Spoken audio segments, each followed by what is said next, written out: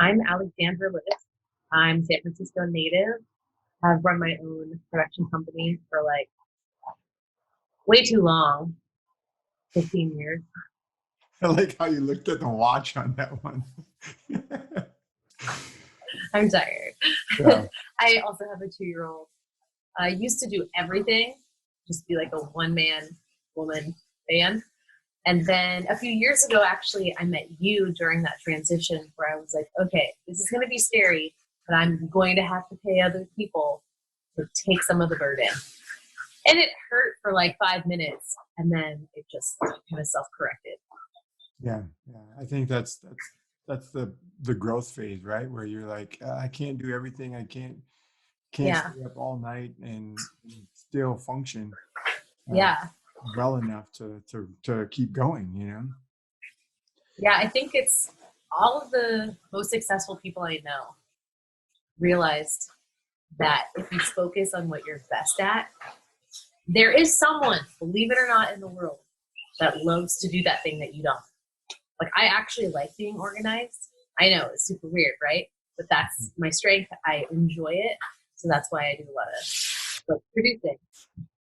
There are people like you who just love being in the field. Will travel, will go to the end of the earth to get that shot. And that's why I chose to work with you.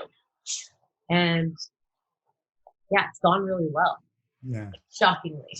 yeah, It's like you kind of have to create your own company within your own independent sole proprietorship. hmm Like, I joke that,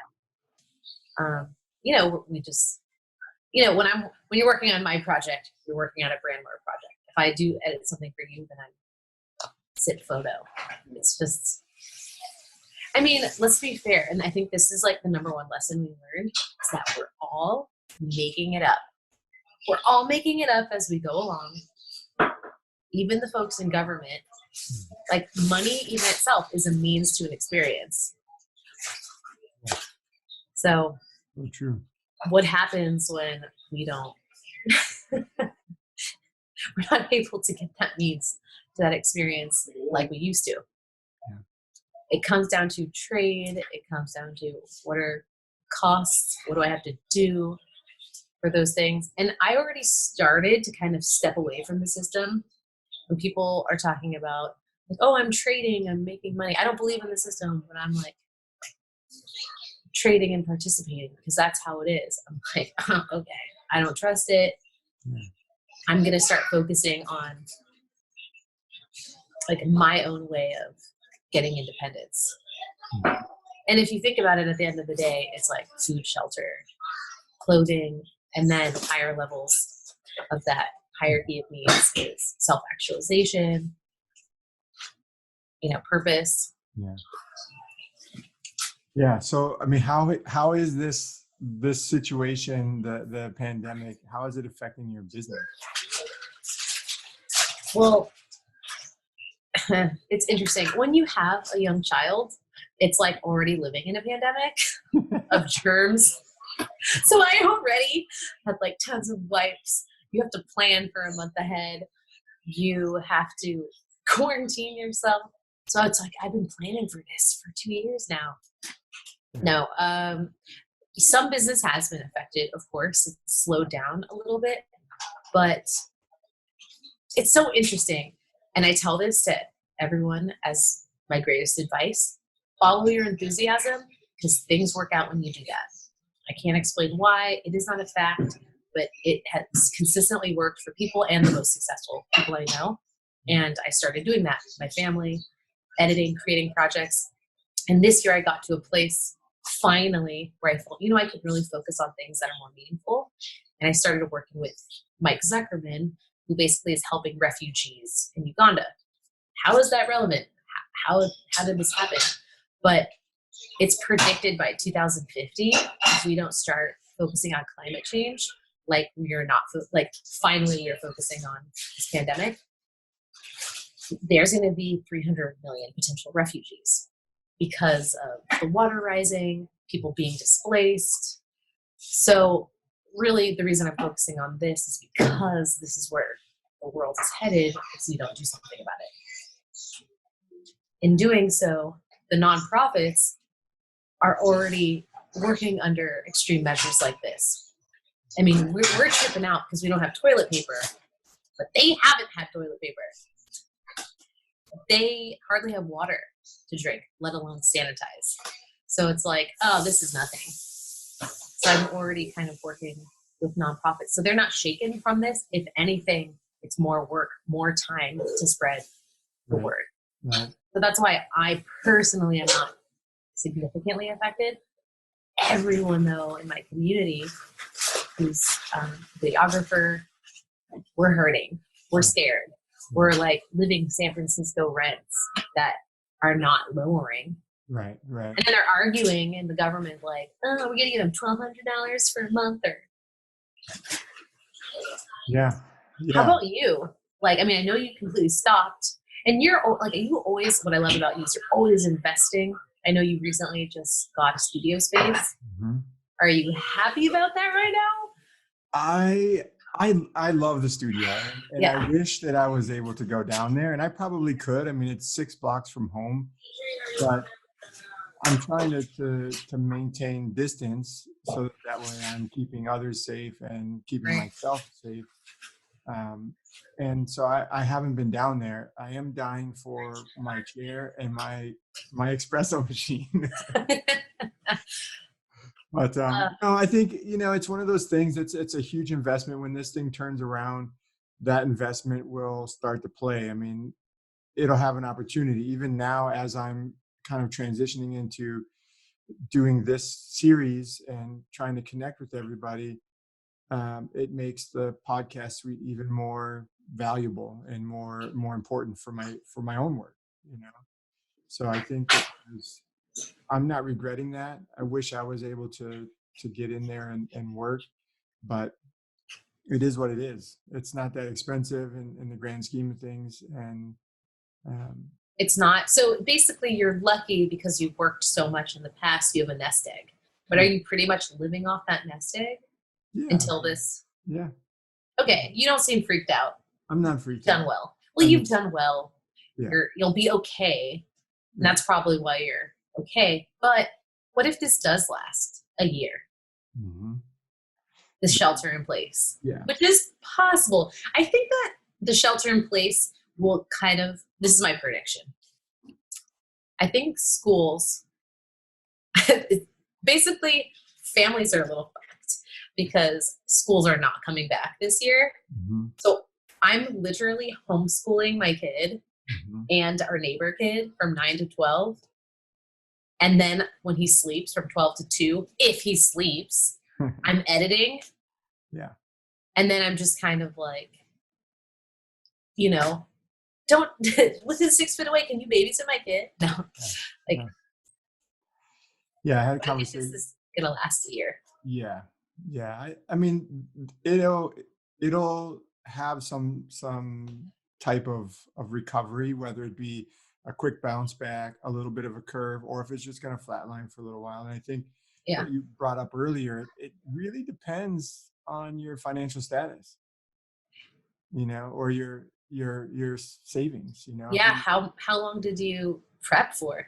I mean, I'm from San Francisco, so I already have my earthquake kit. It's not a matter of when. It's not a matter of cut. I'm a San Franciscan. See an editor, I grew up in San Francisco, so I'm always expecting the earthquake. We know that it's not a matter of if, it's a matter of when. Mm-hmm. So I've already got my kit going. Yeah. But I think those transplants who come here, who are trying to make it, who are hand to mouth, who have expensive rents and really count on actually working to survive, I don't know how they're doing it. Yeah, I think it's scary. And I know I was speaking to a financial advisor, and one of the things that she had mentioned was, really looking at all of your expenses. I mean, look at them. Do you need Netflix, Hulu, Disney Plus, Apple? Do you need all of those, or can you minimize that? Well, I grew up Jewish, so I already am constantly checking my subscriptions. Yeah. But I mean, no, what you got to do. Hey, by the way, Sean, I got Netflix. You got some Hulu? You want to share them up? Yeah. Family plan? Yeah. No, I think that, I mean, that's, But you got to. yeah, yeah. I mean, finding ways to minimize, finding ways to preserve, I guess, you know. Yeah. I mean, if you have Amazon with both members of your household, you're rich. Like, who does that? Yeah. You gotta, this is the perfect time to slow down, to Mhm. analyze your finances, to analyze, like, what am I doing with my life? Do I love what I'm doing? Mhm. If you even have that luxury. And in a way, this is giving us that luxury. Yeah. And I tell people this all the time, like, you have to be aligned with your enthusiasm at some in some capacity, or it's not going to last. Yeah. I watch people who are like, I don't have that luxury. I got to do what I got to do. And to some extent, of course, it's true. And we've all paid our dues. But if you're passionate, it's like that difference between like putting that extra effort. Like, I really love editing. Some people hate it. They're like, how can you sit there and meticulously, like, no, but I love it. Yeah. I love it. And I'm glad that I do, because that's what's getting me through this. Yeah. Yeah. So I mean, you kind of pivoted even in with some of the work that you have now from kind of Mhm. doing maybe more traditional on-site jobs to more editing and more of the Yeah. what field would you explain that to, or how would you describe that again? Like the with Describe your what I do well, no, the like the type of work you're doing now with like climate change and all of that stuff. Is with the that sort of the refugees. yeah, Well, like I said, I have a diverse portfolio, yeah. which you got to do. So I have some clients like the San Francisco Symphony that I do, that actually hired you out for, to do some Mhm, shooting, some drone work. They need a lot of color correction. And so I have certain clients that are fairly regular. That's going to slow down, I predict. But where I'm spending the majority of my time and passion is in the nonprofit sector, mhm, the social entrepreneurs who are basically really needed right now and need to get the word out mhm. and have already been dealing with catastrophes. So, um, I don't know, media is so interesting because people keep predicting, like, everyone has an iPhone 11 now. You're not going to be needed. That's why we're needed the most, because people, A, don't know how to tell a story. They don't know how to get the best shot. Like, that's why I love working with you. It's very rare to have someone that like really knows how to tell that story and get the most out of it. Like, I feel like I'm like, oh, he got exactly what I would do. Yeah. Yeah. And I also think it's important to do both roles. Mhm. As an editor, I'm only good because I spent so many years shooting. Yeah. Yeah, I know that's the thing for me as more of a DP is I don't get to that edit point unless I get the feedback of like, oh, next time you should add a shot like this, you know. And I have a couple Right. of editors, you being one of them that does offer that insight. So it helps me grow even though I'm not sitting at the editing desk. Totally. Yeah. So if you were to think about like what happens after this thing, like what are you hoping for? What do you, I mean, what like business wise, what are you hoping for? Does it come back to full swing? You shift and do more of this? And then what's one thing you hope doesn't come back or doesn't? Well, I think I'm one of the lucky few who already planned for this. And I think having a 2-year old, like I said, is its own pandemic. So things aren't so dramatically changed for me. I think it just shows me more so that I was on the right track, that Mhm. I have to diversify, keep those regular clients, but also if they go away, I have to be able to function. And I think that a lot of the freelancers like myself have learned that big lesson because of this. And then when you sit and you have time to kind of think about your life, what is important? Mhm. Like, because we're all have to pay the bills anyway. What can we really do that means something? Because if we're not healthy, if the world is falling apart, like, what matters? What does it matter? So I think I encourage all of us probably to get in, at least for a portion of what we do, to do something that does contribute to making our future a better place. For me, that's climate change. It's refugee and aid work. And I'm lucky that I can do that. And every day I'm inspired. Mm. So I think we all need to do our part, whatever that looks like Yeah. for you. Yeah. And if there's being that there could be change, is there anything that you've seen so far that you're okay not coming back to? Like, Such a great question. you know, I don't know. What do I not want to do anymore? Um,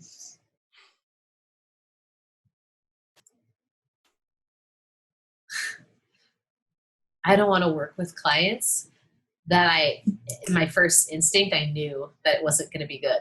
Like we all have those clients, right? That we're like, oh, we need the money, so we're just going to put up with it.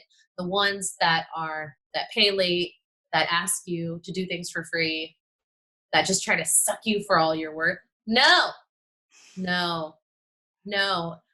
My portfolio is diverse, and I don't need you. Yeah.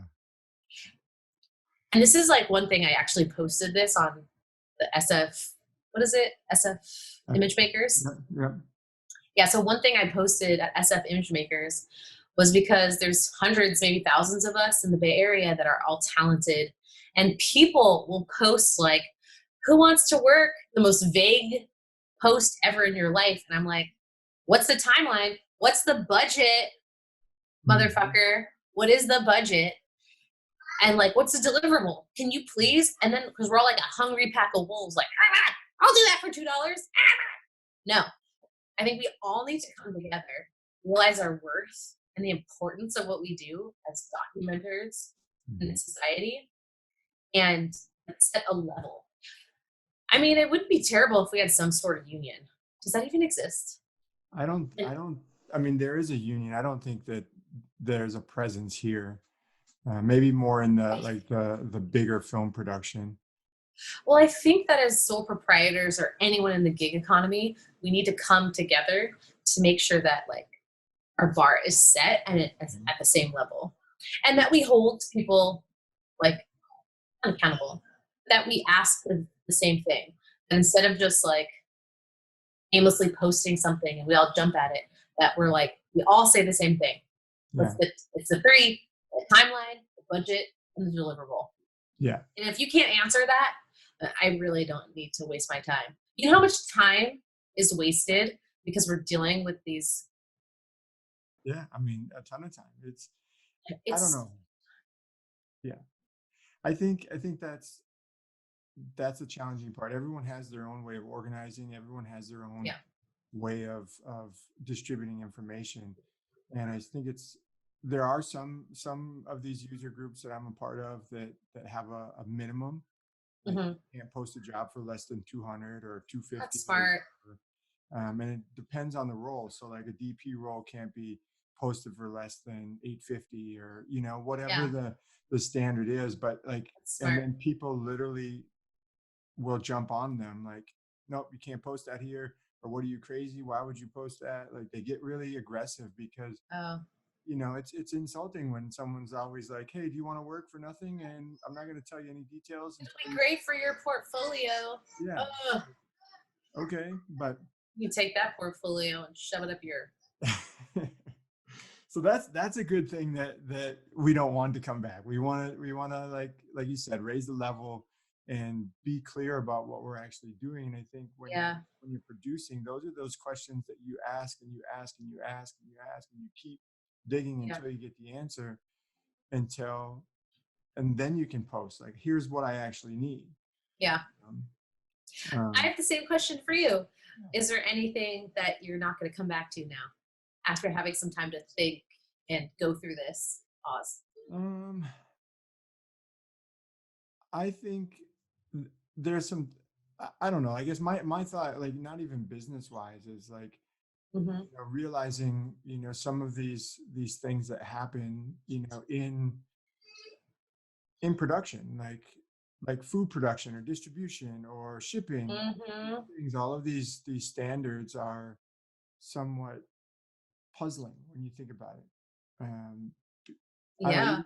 even like the way things are now. I had to order something from Best Buy and went to pick it up, and I pull up and the guy makes me roll the window down and leans on my car Oh, door. hell no. I'm like, Have that's you seen Contagion?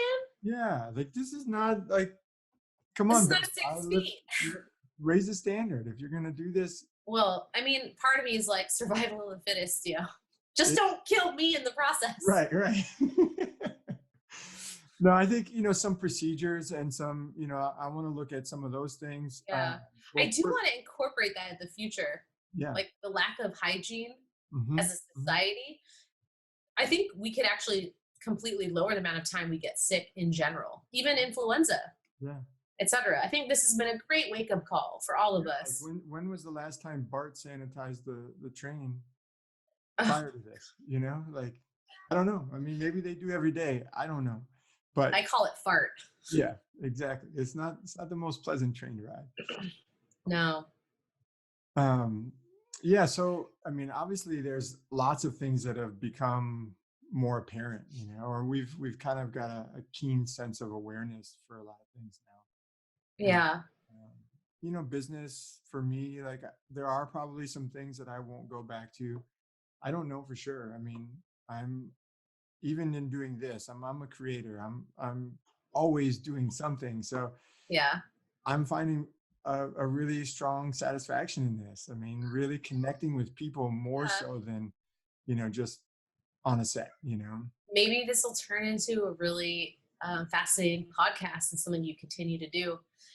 I think, I don't know if you've ever used Patreon, but if Yeah, you I have an create account. something, you have an account? Mhm. Do you, do I people don't actually Patreon you? use it. Okay. Well, check it out. I mean, that's what's so cool when you create something you're enthusiastic about, which just goes back to my point earlier. Mhm. Maybe this podcast is going to be a huge passion for you. Like, I've never interacted with you on this level, but I think you're great at it. And now you have a studio and you're really fascinated with people. So maybe you do Patreon or a sponsorship and start doing something like that Yeah. continuously as part of your income stream, Yeah. as part of your varied portfolio. Yeah. Have you read that book by the author that wrote Eat, Pray, Love? You maybe not. It's like Big Magic or something like that. I know Eat, Pray, Love. Yeah. Well, one of her latest books is really, really powerful. Okay. Kind of talked about the flow of a creative idea and how sometimes we're ready to receive that, sometimes we're not. Sometimes you have to catch it and like pull it back in so you don't lose it. And sometimes you start it and then that idea goes away. That was one of the big concepts I got from it. But the second piece that I got from it was that one of her books she wrote on like um, botany. I think that what is it when you're dealing with plants? Botany. Botany, yeah. So she wrote a book on botany only because she had some time off and picked up a book, and then she allowed herself to follow that interest. And so I think that's the key. And I think like finding something that actually interests you, even though it might not be paid right now, could be really beneficial, and that could be a pivot point for for anybody's business. But I don't think any of us would be doing videography, photography, editing at some point if we didn't have a passion for it. Hi, Teo, come here. Come here. You go. Okay, bye. Okay, you go. Bye, doggy. He has this thing with wanting to be a dog right now. No, but I think you're saying we all have a passion. We wouldn't be in it, right?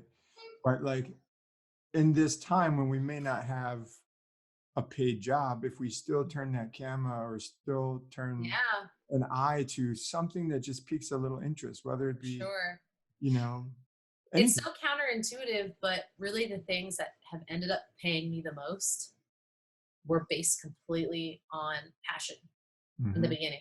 Like I got into this niche of political videos, as you know, because together we did all the Matt Haney, the Mental Health SF, and those were legitimate gigs. But I did it because I wanted to do something about the political system and the homelessness crisis in San Francisco, and that led me to these people, and these people are doing something, and yada yada. So I think that's fantastic advice. Like, while we're slowing down and have a minute, what is inspiring us?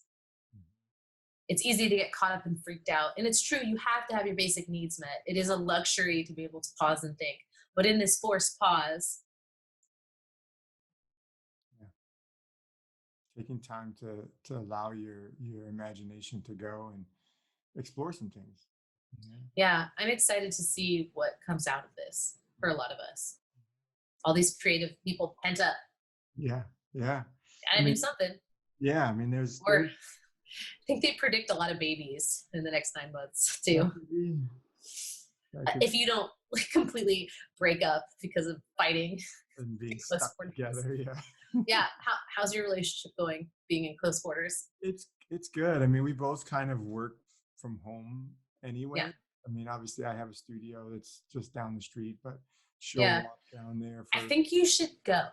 And did you share with other people? Are you worried of surfaces? There's one other That person there, but it's.